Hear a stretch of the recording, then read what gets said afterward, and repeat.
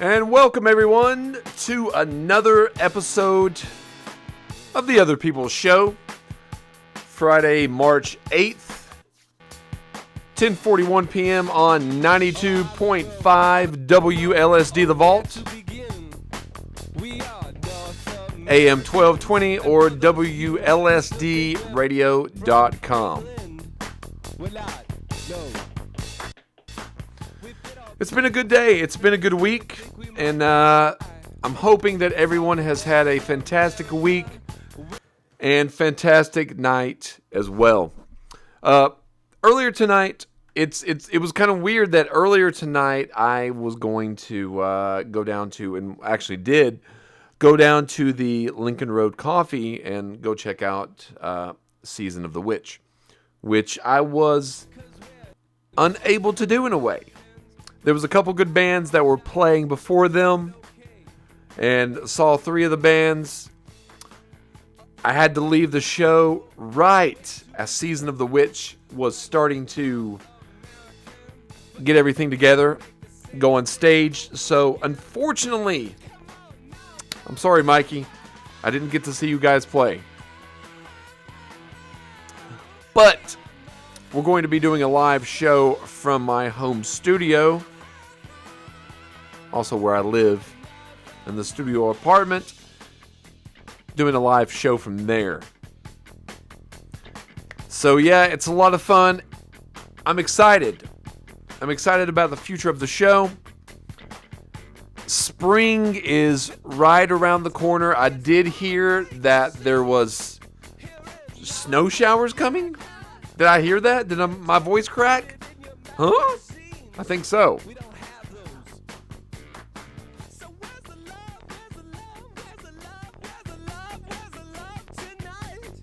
LCD sound system. They're dazzling, tickling our eardrums. But yeah, I wanted to talk about just briefly tonight. I know that I've teased for a couple of months that some new things are coming to the show, and you all are just like, it's the same old week after week after week. But it's so close to not being the same week after week after week. And that's what keeps me wanting to do the show. Now, there's a couple things that's going on. We have a new short film that's coming out. It is called Midlife. That will be debuting probably next month. And then Echoes in the Darkness.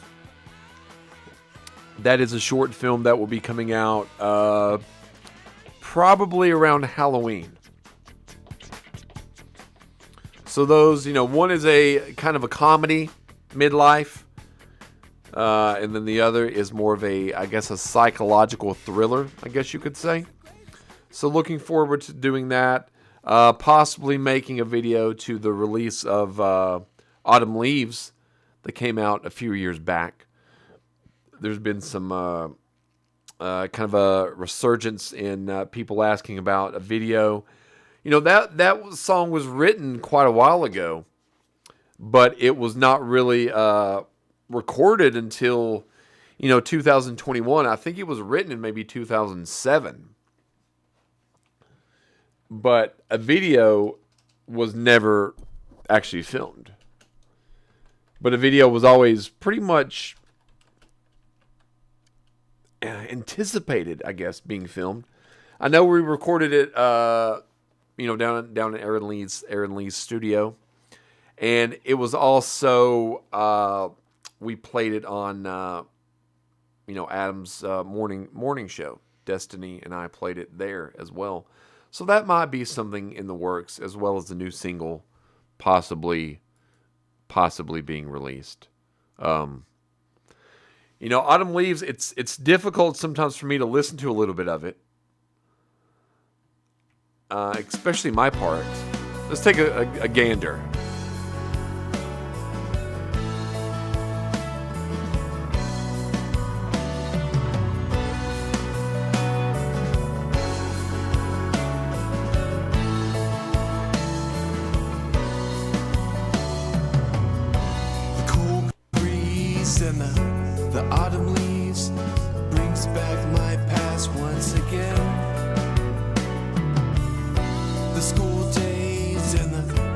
autumn haze makes me think back once again.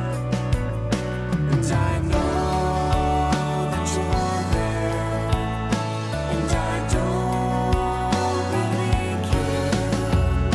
And I see what I like, but I can't take it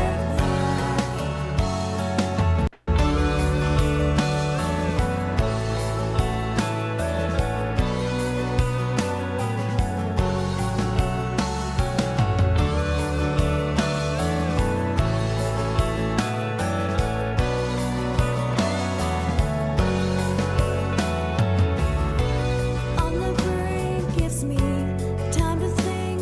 Too much of a rush to the head. I see the tears, but they don't calm the fears. Makes me nostalgic again.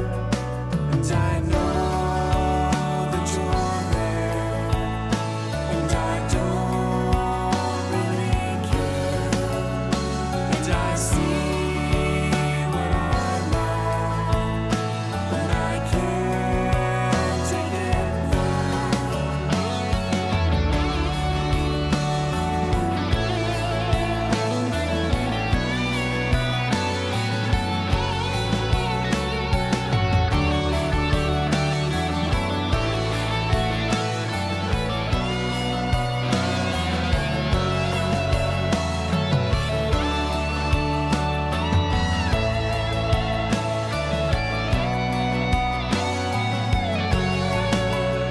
And I know that you're there, and I don't really care. And I see what I like, but I can't take it back. And I don't disagree. There's been too much of me. Autumn leaves on the floor, 'cause you knocked on my door.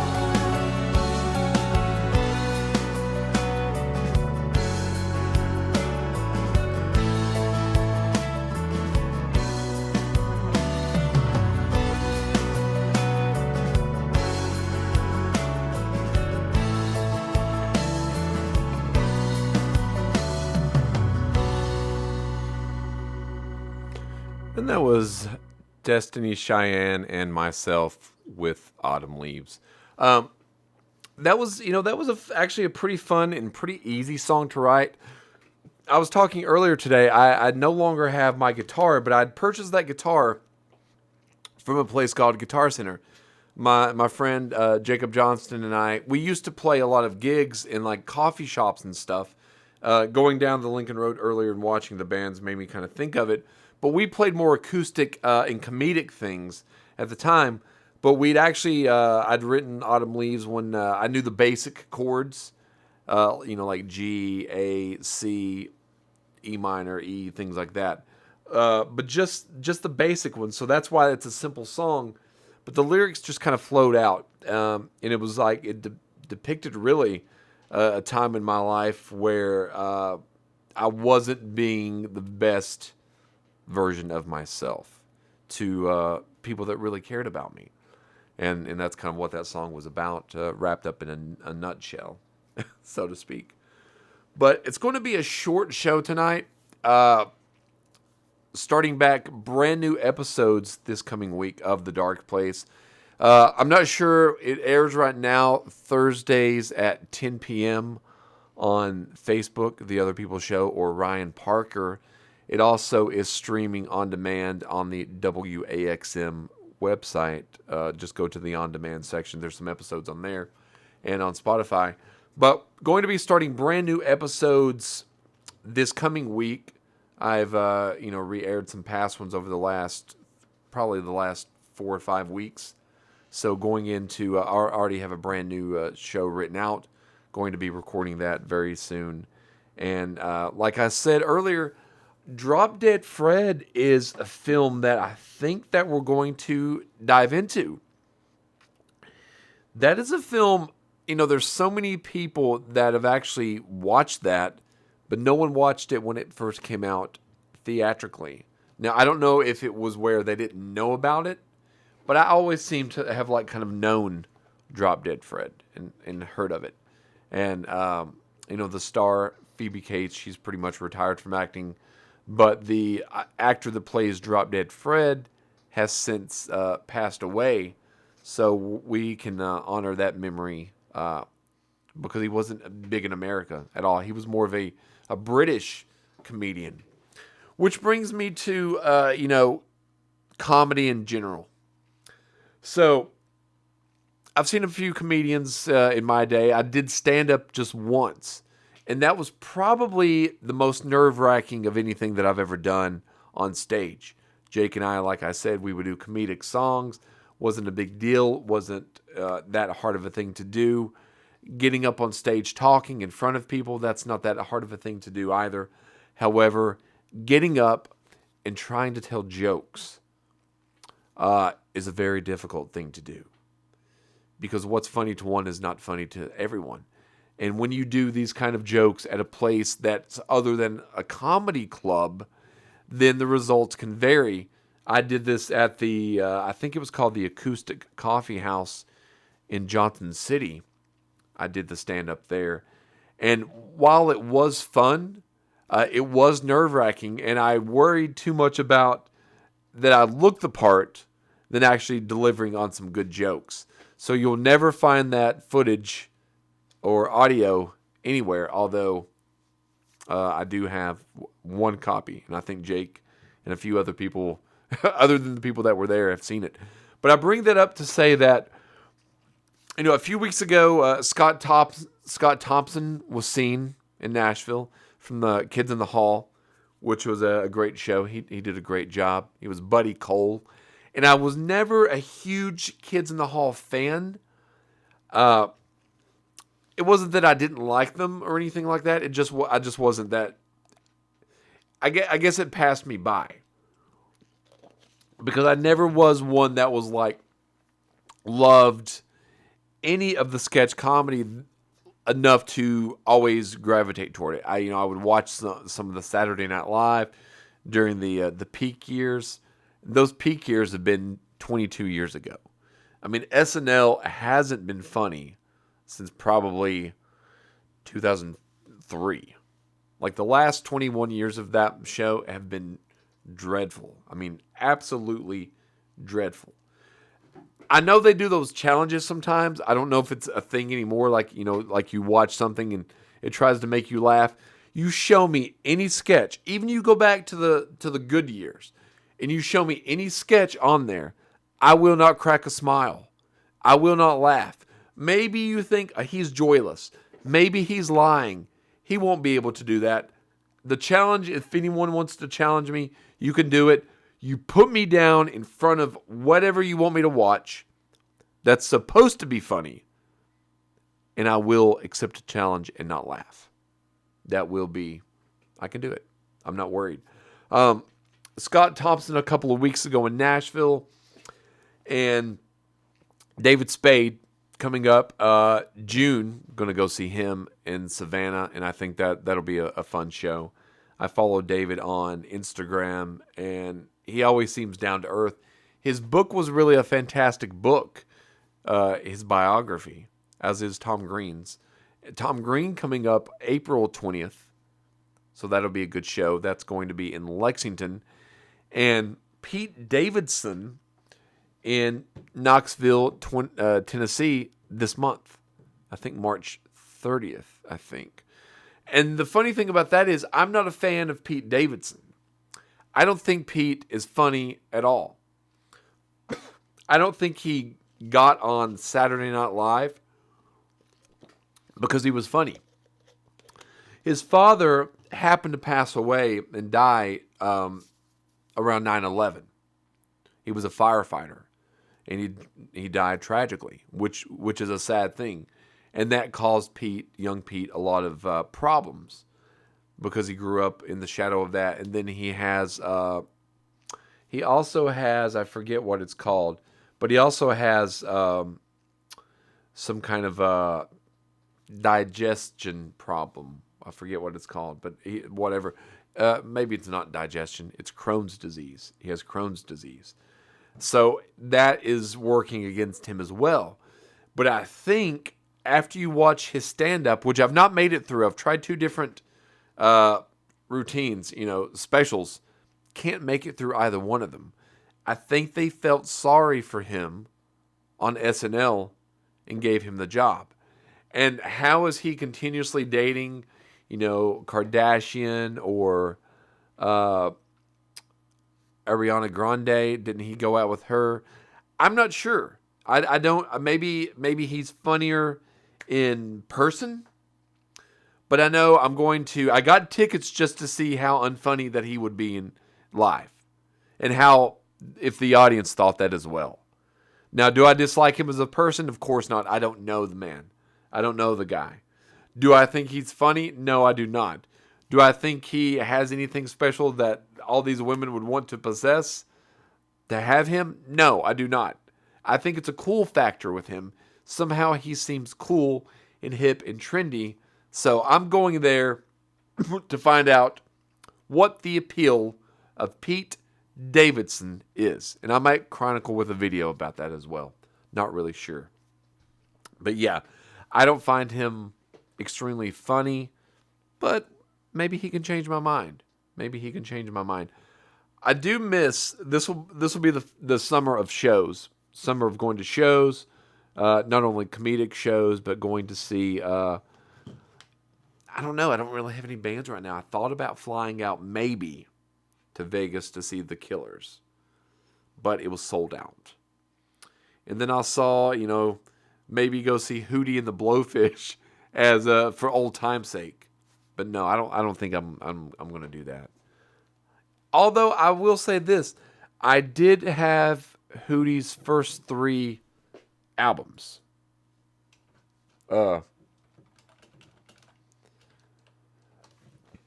Yeah. Because Hootie was huge. I mean, they were a huge band.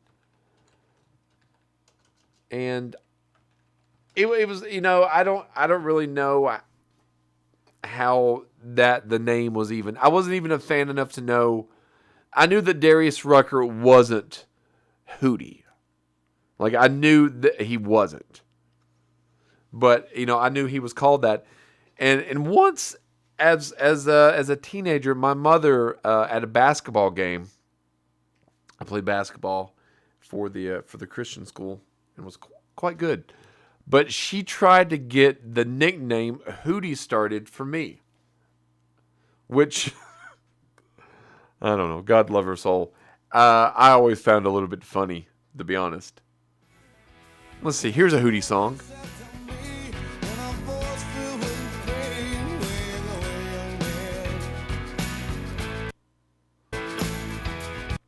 So there's just a little bit of Hootie. But that was a pretty good song. That was off their second album, Fairweather Johnson. This was the lead single, Old Man and Me. But Hootie made a mistake. They were trying to capitalize on the success of their first album, Cracked Rear View, which sold probably, I think, 12 million copies. And they released Fairweather Johnson just about less than 2 years removed from the first album. And I think that was a little bit of a trend. It might have always been a trend, but I saw it a lot more in the 90s because the same thing happened with the Spice Girls and the same thing happened with Alanis Morissette. They both released their sophomore album while the first album was still in the top 20, which, maybe that was a smart thing to do. They've got a new album coming out, but with Hootie, their songs sounded so familiar that it kind of blended in one song to the next. Now, the Spice Girls, I guess you could probably say that as well. But not, I don't think so. I was a Spice Girls fan. I would go see the Spice Girls now. If they were going around on tour, I would have no problem going to see them in concert. Now, I did have originally back in 1998 when they broke up, Ginger Spice left Jerry. And they released a collection of Spice Girl American U.S. World Tour dolls. I happened to get the Melanie C one and Jerry Halliwell, known as Ginger Spice. And what was unique about that, and I'm not really sure if it's worth any money, is that Ginger never did perform in America on this tour. So the dolls were released, but the tour with Jerry never occurred. And I did order a Spice Girl shirt back then with all of them on it, and Jerry never did, have anything to do with the tour. She quit right before. Do you all remember this song, Too Much?